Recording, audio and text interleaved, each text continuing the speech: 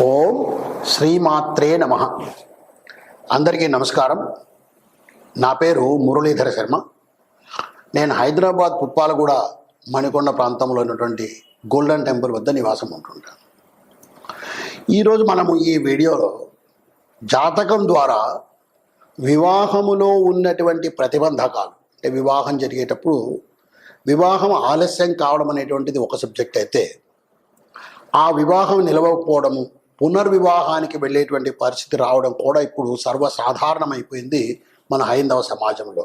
కాబట్టి ఈరోజు నేను మీకు ఈ వీడియో ద్వారా ఏం చెప్పే ప్రయత్నం చేస్తానంటే, మొదటి వివాహం ఏదైనా ఇబ్బంది అయ్యే పరిస్థితి ఉందా, రెండవ వివాహానికి వెళ్ళేటువంటి పరిస్థితులు ఈ జాతకం ద్వారా ఏమైనా ఉన్నాయా అనేటువంటివి తెలిపే ప్రయత్నం చేస్తాను.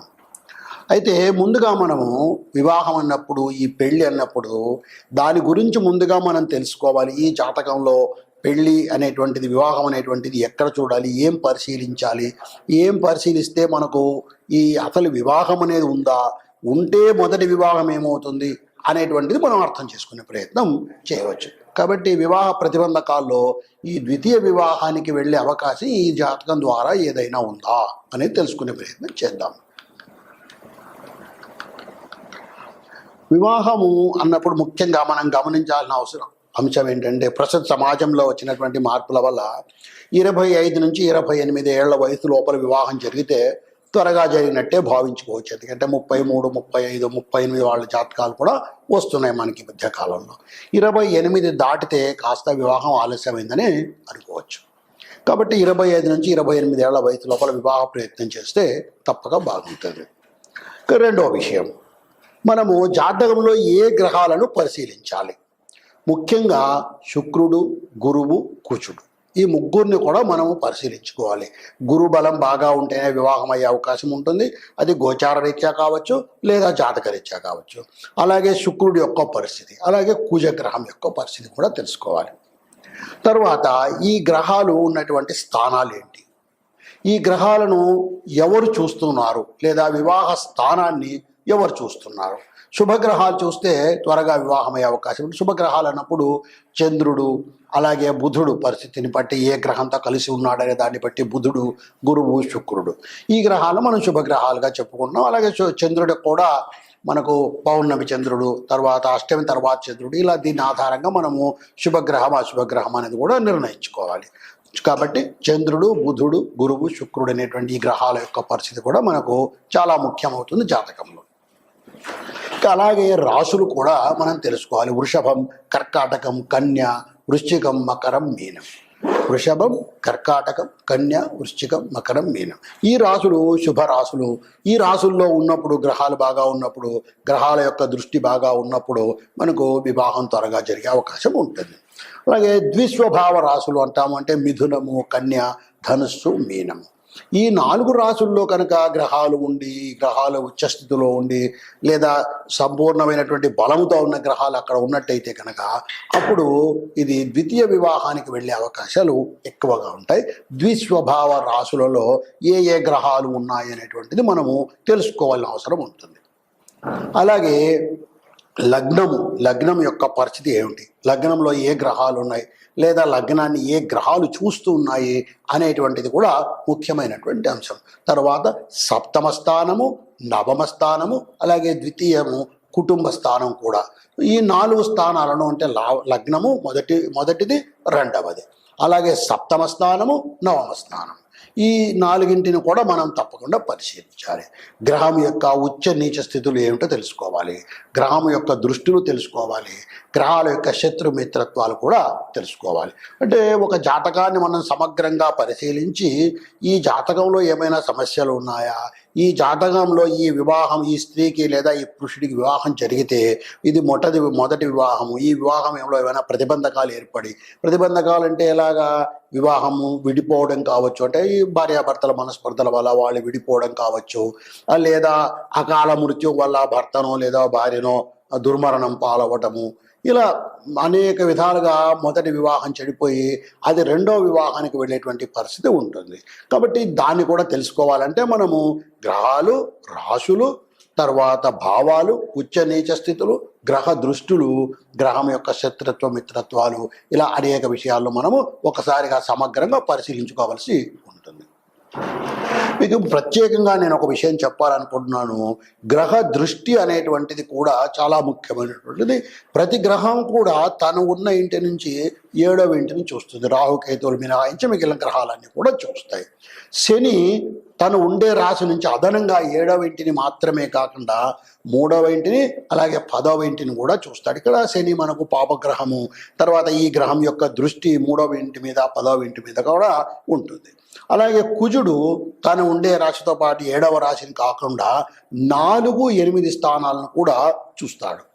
తరువాత గురువు తను ఉండే రాశి నుంచి 7వ రాశి స్థానాన్ని కాకుండా అదనంగా 5, 9 స్థానాలను కూడా చూస్తాడు. అంటే శని కుజ గురువులకు 7వ స్థానం కాకుండా అదనంగా మరి 2 స్థానాలను కూడా వాళ్ళు చూసే అవకాశం ఉంది. ఈ గ్రహ దృష్టి మనము శని పాపగ్రహం అలాగే కుజుడు పాపగ్రహం, ఈ శని కుజుల దృష్టి కనుక ఉన్నట్టయితే అప్పుడు ఆ వివాహం ఏమవుతుందని కూడా మనము తెలుసుకోవచ్చు. ఈ విధంగా మనకి ఇప్పుడు ఒక విషయం అర్థమైంది. అంటే గ్రహ స్థితిని బట్టి, అంటే గ్రహాలు ఎక్కడ ఉన్నాయి, ఏ స్థానాల్లో ఉన్నాయి, 7వ స్థానంలో ఉందా, 8వ స్థానంలో ఉందా, 9వ స్థానంలో ఉందా, ద్వితీయ స్థానంలో ఉందా, అలాగా ఉచ్చ స్థితిలో ఉందా, నీచ స్థితిలో ఉందా, అలాగే కేంద్రము కోణం ఇవి కూడా మనకు ముఖ్యమవుతాయి. కేంద్రం అంటే 1, 4, 7, 10 స్థానాలు కేంద్రం అంటారు. అలాగే 5, 9 స్థానాలను కూడా కోణ స్థానాలు అంటారు. ఈ విధంగా కేంద్రములో ఉన్నాయా గ్రహాలు, కోణంలో ఉన్నాయా, పాపగ్రహం కేంద్రంలో ఉందా లేదా కోణంలో ఉందా, శుభగ్రహం కేంద్రంలో ఉందా కోణంలో ఉందా, ఏ గ్రహాలు వాటి దృష్టి కలిగి ఉన్నాయి అనేటువంటిది మనము కొంత పరిశీలించినట్టయితే మొదటి వివాహంలో ఏదైనా ఆటంకాలు ఏర్పడే పరిస్థితి ఉందా, తర్వాత 2వ వివాహానికి వెళ్ళే అవకాశం ఉందా అనేటువంటి, 2వ వివాహానికి వెళ్ళేటువంటి పరిస్థితి ఉందా అనేటువంటిది మనము సమగ్రంగా తెలుసుకోవచ్చు. ఇప్పుడు నేను ద్వితీయ వివాహం జరిగేటువంటి కొన్ని సందర్భాలు మీకు చెప్పే ప్రయత్నం చేస్తాను. సంపూర్ణంగా జాతక భాగం అంతా ఈ వీడియోలో వివరించడం సాధ్యం కాదు. కాబట్టి మీరు ఏదైనా జాతకం వచ్చినప్పుడు తగినటువంటి జ్యోతిష పండితులకు చూపించి, మీకు జ్యోతిష్యం మీద విశ్వాసం ఉంది కాబట్టి ఆ విశ్వాసంతో తగిన జ్యోతిష పండితుడికి చూపించి మీరు తగిన నిర్ణయం తీసుకోవాలి. నేను కొన్ని విషయాలు ఇక్కడ సమగ్రంగా చెప్పే ప్రయత్నం చేస్తాను. స్త్రీ లేదా పురుష జాతకంలో ఈ ద్వితీయ వివాహం ఉందా అనేటువంటిది మనం ఎలా తెలుసుకోవాలి అంటే, ముఖ్యంగా మాంగళ్య దోషము అనేటువంటిది ఎక్కువగా ప్రచారంలో ఉన్నటువంటిది కాబట్టి అదొకటి. తర్వాత ఆయుర్భావం ఎలా ఉంది, 8వ స్థానం ఎలా ఉంది అనేటువంటిది కూడా తెలుసుకోవాల్సిన పరిస్థితి ఉంటుంది. జన్మ కుండలిలో అన్యోన్య స్థితి అంటే గ్రహమైత్రి అని చూస్తాం మనం. అంటే ఇప్పుడు రవికి ఏ గ్రహాలు మిత్రత్వాలు, ఏ గ్రహాలతో శత్రుత్వం ఉంది, చంద్రుడికి ఏ గ్రహాలు శత్రుత్వం ఉంది, ఇలా ప్రతి గ్రహానికి కూడా శత్రు మిత్ర గ్రహాలు ఉంటాయి. వాటిని ఆధారం చేసుకొని గ్రహ మైత్రి ఎలా ఉంది అనేటువంటి తెలుసుకోవడం కూడా ఒక ముఖ్యమైనటువంటి అవసరం. ఆ గ్రహ మైత్రి సక్రమంగా లేకపోతే ఈ భార్యాభర్తల మధ్య మనస్పర్ధలు వచ్చే అవకాశం ఉంది. అయితే ఆ మనస్పర్ధలు ఎంత తీవ్రమైనటువంటి రూపం తాలుస్తాయి, ఏమి దాని ఫలితం అనేటువంటి చూడాలంటే జాతకాన్ని మళ్ళా సంపూర్ణంగా పరిశీలించాలి. అదేవిధంగా ఈ అమ్మాయి జాతకంలో 7వ స్థానము 8వ స్థానంలో ఏముందనేటువంటిది చూడాలి.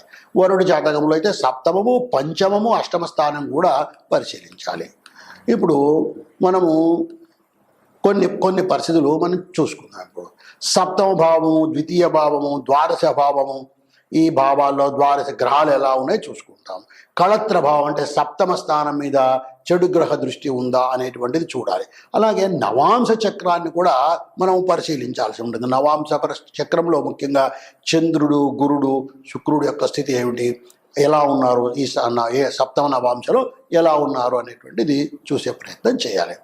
ఇప్పుడు మనము ద్వితీయ వివాహానికి వెళ్ళేటువంటి పరిస్థితులు ఏంటనేది కొన్ని ఉదాహరణలు చెప్తాను నేను. ఇప్పుడు 7వ భావము 7వ భావ అధిపతి, 7వ భావము 7వ భావ అధిపతి, వీళ్ళిద్దరూ వివాహము, భర్త భార్య గురించి తెలియజేస్తాయి. అలాగే 9వ భావము 9వ భావాధిపతి, ఈ రెండు కూడా ద్వితీయ వివాహ సందర్భాన్ని తెలుపుతాయి. ఏకాదశ భావం అంటే 11వ స్థానం లాభస్థానము, ఈ అనుకున్న కోరికల గురించి ఇలాంటి వాటిని తెలిపే ప్రయత్నం చేస్తాయి. గురువు స్త్రీ జన్మ కుండలిలో భర్త యొక్క పరిస్థితిని గురించి, అలాగే శుక్రుడు పురుషుడి జన్మ కుండలిలో భార్య గురించి తెలుపుతాయి. జన్మకుండలిలో సప్తమ భావము, సప్తమ భావాధిపతి, ఈ రెండు సప్తమ భావము ద్విస్వభావ రాశి అయ్యి, అలాగే సప్తమ భావ అధిపతి కూడా ద్విస్వభావ రాశిలోనే ఉంటే, అంటే ద్విస్వభావ రాశులు అంటే ఇంతకుముందే చెప్పాను నేను, కన్యా రాశి, మిథున రాశి, ధనుస్సు, మీన రాశి, వీటిని ద్విస్వభావ రాశులు అంటారు. సప్తమ భావము, సప్తమ భావ అధిపతి, ఈ రెండు కూడా ద్విస్వభావం అయితే, అంటే సప్తమ భావం ద్విస్వభావ రాశి అయి సప్తమ భావ అధిపతి అంటే 7వ స్థానం యొక్క అధిపతి. ఉదాహరణకు సప్తమ భావము సింహం అనుకుంటాం, సింహానికి అధిపతి ఈ రవి, సింహము ఈ చరరాశి, అది ద్విస్వభావ రాశి కాదు, ఇబ్బంది లేదు. అలా కాకుండా వృషభం స్థిర రాశి, మిథునం ద్విస్వభావ రాశి, మిథునంలో బుధుడు ఉన్నటువంటి ఆ మిథున రాశిలో ఆ బుధుడు మరేదైనా ద్విస్వభావ రాశిలో ఉన్నట్టయితే అప్పుడు మనకు ఇబ్బంది అవుతుంది. కాబట్టి మనము ఈ విధంగా సప్తమ భావము ద్విస్వభావంగా ఉందా, సప్తమ భావ అధిపతి ద్విస్వభావంలో ఉన్నాడా అనేటువంటివి చూసినట్టయితే మనకు ఈ జాతకంలో ద్వితీయ వివాహం జరిగే అవకాశం ఎక్కువగా ఉందని తెలుసుకోవాలి. అలాగే సప్తమ భావాధిపతి, అలాగే లగ్నాధిపతి నవాంశ చక్రంలో మరియు భావచక్రంలో ఇద్దరు ద్విస్వభావంలో, ఇందాక మనం ఏం చెప్పుకున్నాము, జన్మకుండలలో సప్తమ భావము, సప్తమ భావ అధిపతి ఇద్దరు ద్విస్వభావ రాశిలో ఉంటే ద్వితీయ వివాహానికి అవకాశం ఉంది అని చెప్పుకున్నాం.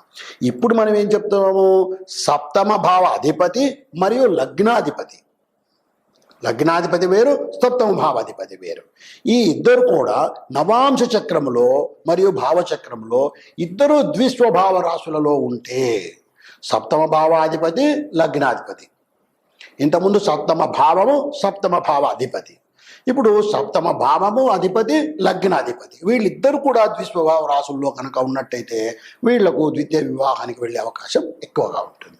అలాగే వివాహ స్థానము సప్తమ స్థానము, దాని మీద లేదా సప్తమ స్థాన అధిపతి మీద 2 లేక 3 పాపగ్రహాల యొక్క దృష్టి ఉన్నట్టయితే ద్వితీయ వివాహం జరిగే అవకాశం ఉంది. శని, రాహువు, కేతువు, కుజుడు ఇవి పాపగ్రహాలు.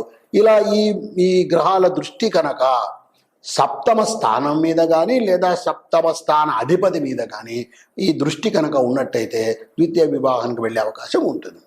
అలాగే సప్తమ భావాధిపతి మరియు లగ్నాధిపతి వీళ్ళిద్దరూ కలిసి 11వ భావంలో ఉండే, ఆ 11వ భావము ద్విస్వభావ రాశి అయితే ఇక్కడ మరలా ఈ ద్వితీయ వివాహానికి వెళ్ళేటువంటి పరిస్థితి ఉంటుంది.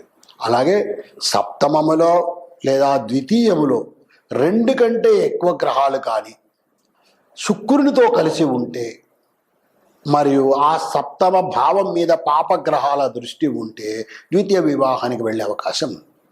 అలాగే అష్టమాధిపతి లగ్నంలో కానీ లేదా సప్తమ భావంలో కానీ ఉండి, అష్టమాధిపతి లగ్నంలో కానీ లేదా సప్తమంలో కానీ ఉండి మరి సప్తమాధిపతి ద్విస్వభావ రాశిలో కానీ లేదా శని, కుజ, రాహు, కేతు గ్రహముల యొక్క దృష్టి కానీ కలిగి ఉంటే రెండవ వివాహం జరిగే అవకాశం ఉంటుంది. ఈ విధంగా మనము కొన్ని సంఘటనలు చెప్పుకున్నాం. అలాగే శుక్రుడు నీచ రాశిలో ఉంటే, నీచ స్థితిలో ఉంటే, శుక్రుడికి కన్య నీచ స్థానము, ఆ కన్యలో ఉంటే కనుక ఆ శుక్రుడికి ఎటువంటి దృష్టి ఉందన్నటువంటిది చూసినప్పుడు, శుక్రుడి మీద ఏ గ్రహాల యొక్క దృష్టి ఉందన్నప్పుడు పరిశీలించి కూడా మనము కొంత ఈ ద్వితీయ వివాహం యొక్క కారణాన్ని తెలుసుకునే అవకాశం ఉంటుంది. అలాగే శత్రుస్థానంలో ఈ శుక్రుడు కనుక ఉంటే, అంటే కర్కాటకంలో కానీ సింహంలో ఇలా ఉంటే కనుక ఈ జాతకుడికి మరలా ద్వితీయ వివాహం జరిగాయి. ఇలా అనేక సందర్భాలు ఉన్నాయి. కేవలం ఒక్క సంఘటన చూసి కేవలం గ్రహం ఇక్కడ ఉంది కాబట్టి ద్వితీయ వివాహం జరుగుతుంది అని ఖచ్చితంగా చెప్పడం సాధ్యం కాదు. అనేక కాంబినేషన్స్ను మనం పరిశీలించాలి. అయితే ఈ కాంబినేషన్స్ను మనం పరిశీలించినప్పుడు ముఖ్యమైన అంశాలు ఏంటంటే ఈ శుక్రుడు, గురువు వీళ్ళిద్దరు, అలాగే సప్తమ స్థాన అధిపతి, ఈ సప్తమ స్థానము, ఇలా ఈ అంశాలను ఎక్కువగా మనం ఫోకస్డ్గా చూసుకోవాలి. ఈ విధంగా మనము పరిశీలించి ఒక స్త్రీకి కానీ పురుషుడికి కానీ ద్వితీయ వివాహం జరిగే పరిస్థితి ఏమైనా ఉందా అనేటువంటిది మనం తెలుసుకోవచ్చు. సరే, తెలుసుకున్నాం. తెలుసుకున్న తర్వాత ఇప్పుడు మనకు వచ్చినటువంటి జాతకం మొదటి వివాహం గురించి. ఇప్పుడు మనం జాతకం పరిశీలిస్తే దీంట్లో ద్వితీయ వివాహం జరిగేటువంటి అవకాశం జాతకం ద్వారా మనకు కనపడుతుంది. మనకు ఈ సబ్జెక్ట్ మీద మనకు సంపూర్ణమైనటువంటి విశ్వాసం ఉంది కాబట్టి దాన్ని నమ్మి ముందుకు వెళ్ళాలనేటువంటి అభిప్రాయం ఉంది కాబట్టి మనం దీన్ని ఇప్పుడు నమ్మాము, ఈ జాతక భాగాన్ని నమ్మాము. ఈ జాతక భాగాన్ని నమ్మిన తర్వాత మనకు ఆ జాతకాన్ని పరిశీలించినప్పుడు ద్వితీయ వివాహానికి అవకాశం ఉంది అని తెలిసింది. మరి ఇప్పుడు ఏం చేయాలి? మొదటి వివాహం చేయడమే మానేయాలా అంటే అలా కాదండి. ప్రతి దానికి కూడా మనకు మన సాంప్రదాయము, మన శాస్త్రము అనేకమైనటువంటి పరిష్కారాలను తెలియజేసింది. ఉదాహరణకు కుంభ వివాహము అనేటువంటిది ఒకటి, అలాగే అర్క వివాహం, కదలి వివాహం మనం ఎన్నోసార్లు విన్నాం. పెద్ద పెద్ద సెలబ్రిటీలు కూడా ఇలా మొదట వాళ్ళ జాతకాల్లో ఏవో ప్రతిబంధకాలు ఉంటే ఆ ప్రతిబంధకాలను తొలగించుకోవడానికి ముందుగా ఒక పెట్టుడు వివాహం అంటే కడవతో కానీ లేదా జిల్లేడు చెట్టుతో కానీ లేదా అరటి చెట్టుతో కానీ ఇలా వివాహాలు చేసి ఆ దోషాన్ని తొలగించుకొని వివాహాలు చేసుకున్న సందర్భాలు ఎన్నో మనం ఈవెన్ సెలబ్రిటీస్ విషయంలో కూడా వింటుంటాం. అలాగే సాధారణమైన వ్యక్తులు కూడా చేసుకోవచ్చు. ఇది చాలా పెద్ద ఖర్చుతో కూడుకున్నటువంటిది ఏం కాదు. దీన్ని తగినటువంటి జ్యోతిష్కుని లేదా తగినటువంటి ఒక పంతులను, పౌరోహితుడిని సంప్రదించి ఈ పరిష్కారం చేసుకోవచ్చు. అలాగే శివార్చన చేయడం కూడా కొంతవరకు పరిష్కారాన్ని ఇస్తుంది. కొన్నిసార్లు దోషాలు చాలా ఎక్కువగా ఉన్నప్పుడు ఏవైనా హోమాలు, జపాలు కూడా చేసుకోవాల్సి ఉంటుంది. కాబట్టి ఇప్పుడు జాతకంలో ద్వితీయ వివాహం యొక్క సందర్భం కనపడుతోంది కాబట్టి భయపడి ఆ వివాహాన్ని లేదా ఆ జాతకాన్ని పూర్తిగా పక్కన పెట్టాలని అవసరం లేదు. దాంట్లో ఎలాంటి పరిష్కారాలు ఉన్నాయి, మనకు సాంప్రదాయము, మన శాస్త్రము ఏమి చెబుతోంది, దీని పరిష్కారాలు మనం చేసుకోవడం వల్ల ఆ ఆపదను తొలగించుకొని మొదటి వివాహాన్నే మనము బలపరుచుకొని సక్రమంగా ఆ వివాహాన్ని ముందుకు తీసుకెళ్లే అవకాశం ఉంటుంది. ఇప్పుడు నేను మీకు కొన్ని కుండలు తీసుకొని మీకు అంటే మేషరాశి వాళ్లకు గ్రహస్థితి ఎలా ఉంటే మొదటి వివాహం దెబ్బతినే అవకాశం ఉంది, రెండవ వివాహానికి వెళ్ళే అవకాశం ఉంది అనేటువంటి విషయం, అలాగే వృషభ రాశికి, మిథున రాశికి, ఈ విధంగా ఒక్కొక్క రాశికి నేను కొన్ని ఉదాహరణలు ఇచ్చే ప్రయత్నం చేస్తాను. ఇప్పుడు మనము ఒక మోడల్ హోరోస్కోప్ సింహలగ్న జాతకాలని తీసుకొని పరిశీలన చేద్దాం. ముందుగా నేను గ్రహస్థితి చెప్తాను, ఒక పెన్ను పేపర్ తీసుకొని గ్రహస్థితి రాసుకునే ప్రయత్నం చేయండి. లగ్నము సింహలగ్నము, లగ్నంలో ఎటువంటి గ్రహాలు కూడా లేవు. వృశ్చికంలో రాహువు, మకరంలో చంద్రుడు, కుంభంలో శని, మీనంలో కుజుడు, మేషంలో శుక్రుడు, వృషభంలో కేతువు, మిథునములో రవి బుధులు, కర్కాటకంలో గురువు ఉన్నాడు. మరి ఒకసారి గ్రహస్థితి చెప్తాను, పరిశీలించుకోండి. లగ్నం సింహలగ్నము, లగ్నములో ఎటువంటి గ్రహాలు లేవు. వృశ్చికములో అంటే సింహానికి 4వ వెంట వృశ్చికంలో రాహు ఉన్నాడు, మకరంలో చంద్రుడు, కుంభంలో శని, మీనంలో కేతువు, మేషంలో శుక్రుడు, వృషభంలో కేతువు, మిథునంలో రవి బుధులు, కర్కాటకంలో గురువు. అంటే ఒకే ఒక మిథున రాశిలో రవి బుధులు 2 గ్రహాలు ఉన్నాయి తప్ప మిగిలిన ఎక్కడ కూడా గ్రహాలు 2 గ్రహాలు లేవు, అన్నీ కూడా ఒక్కొక్క గ్రహంగానే ఉంది. ఇది గ్రహస్థితి. ఈ సింహ లగ్నం, ముందుగా లగ్నాన్ని పరిశీలించినట్టయితే లగ్నంలో ఎటువంటి గ్రహాలు లేవు, బాగానే ఉంది. లగ్నానికి ఎటువంటి దృష్టి ఉంది అంటే శని దృష్టి ఉంది. ఇక్కడ సప్తమ స్థానానికి, లగ్నము నుంచి సప్తమ స్థానంలో కుంభంలో శని ఉన్నాడు. ఆ శని యొక్క దృష్టి ఉంది, పాపగ్రహ దృష్టి లగ్నానికి ఉంది.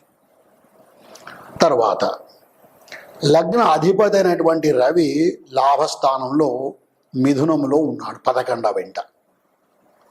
ఇది బుధుడికి స్వక్షేత్రము. రవి వల్ల బుధుడికి ఇబ్బంది ఉంది కానీ బుధుడి వల్ల రవికి ఇబ్బంది ఏం లేదు, ఎందుకంటే ఇది రవికి సమగ్రహ క్షేత్రం కాబట్టి లగ్నాధిపతి కూడా బాగానే ఉన్నాడని చెప్పవచ్చు.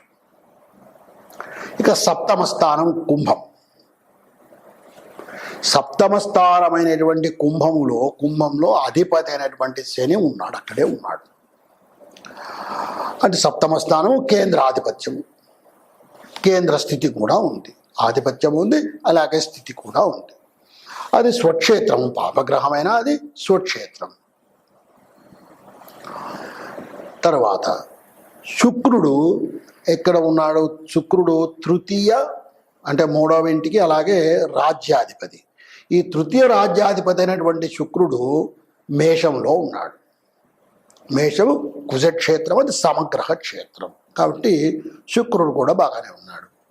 ఇక గురువు వ్యయంలో ఉన్నాడు, 12వ ఇంట కర్కాటక రాశిలో, అది మిత్రక్షేత్రం. గురువు బాగానే ఉన్నాడు. ఈ విధంగా మనం ఈ గ్రహస్థితిని పరిశీలించినట్టయితే ఏ గ్రహాలు కూడా మనకు అంతగా ఇబ్బంది పడేటువంటి గ్రహాలు లేవు. ముఖ్యంగా లగ్నము బాగానే ఉంది. లగ్నం పెద్దగా ప్రతిబంధకాలు ఏమి ఎదుర్కోవటం లేదు.